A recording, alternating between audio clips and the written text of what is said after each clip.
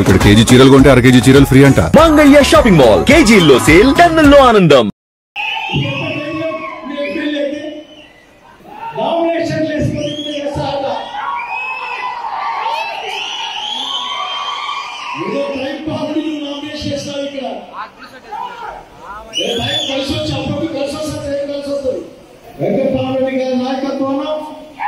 జగన్మోహన్ రెడ్డి గారి నాయకత్వాన గుంతకల్లో ఉన్న ఈ నియోజకవర్గంలో ఉన్న వైఎస్ఆర్సీపీ కార్యకర్త ఎవరికి భయపడిన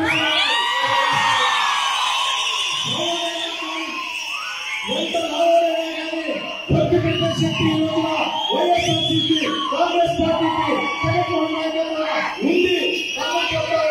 సవాల్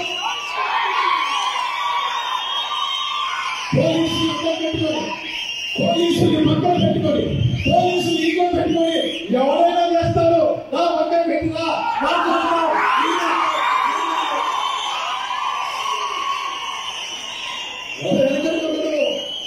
గోర్లు దాక్కుని రండికి చాతైతే అన్నాడు. వేరే గోర్లు దిగుతాం కానీ గోర్లు దిగుతాం కానీ. కనుక ఈ రోజున చంద్రబాబు నాయుడు గారు కూడా అదే మార్గంలో ఉన్నారు.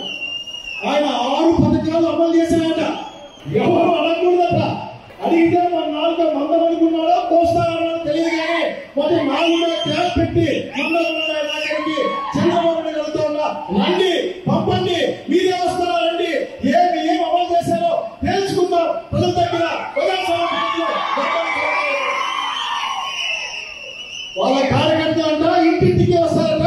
మనం అనుకున్నదా ప్రజలు ఎక్కడ అంటే ప్రజలంటే నాకు అర్థం కావాలంటే 40% మంది ప్రజలు జగన్మోహన్ నాయకత్వం విశ్వసించి ఈ రాష్ట్రంలో ఓటేశారు. వేలాదిగా జగన్మోహన్ గారి రోడ్డు మీదకి వస్తే భూమి కనిపించిపోతా ఉంది.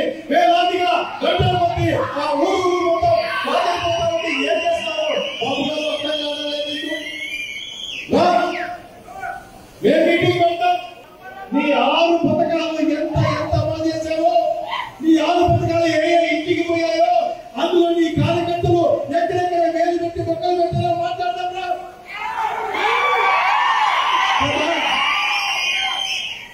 చంద్రబాబు నాయుడు గారు అనుకుంటాడు రెడ్డు రాజ్యాంగం అని. ఎవరు భయపడతారు ఇక్కడ? అందులో ఏదైనా మంత్రాల బుక్క ఆ బుక్ ఓపెన్ చేస్తే పిశాచాలు బయటకు వస్తాయా? చాలా భూత వైద్యులు ఉన్నారు.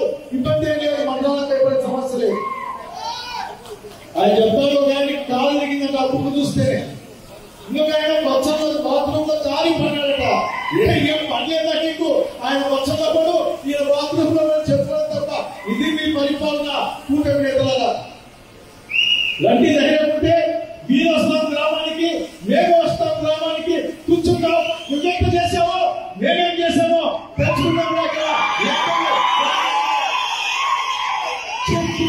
చెప్పకుండా ఒక్కరోజు నిజం చెప్పకుండా అనేకమైన తప్పుడు వాగ్దానాలు, అబద్ధపు వాగ్దానాలు ఇచ్చి మోసపూరితమైన విధానంలో ఒక్కరి మీదికి గుంపు కట్టి వచ్చి యుద్ధం చేసిన గెలుపులో గెలిచేలా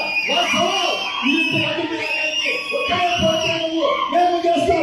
ఏం చేస్తామో తెలుస్తామని గుంపేసుకుని వచ్చి 25 లక్షల ఓట్లకి లెక్కే లేదు. 40 లక్షలు అంతా ఉన్నారు. ఆ ఓటింగ్ మిషన్ లో ఆ ఓట్ల లెక్క కూడా తేలుతున్నా. చంద్రబాబు నాయుడు ఎక్కడికి పోతే చూద్దామని తెలియజేస్తా ఉన్నాం.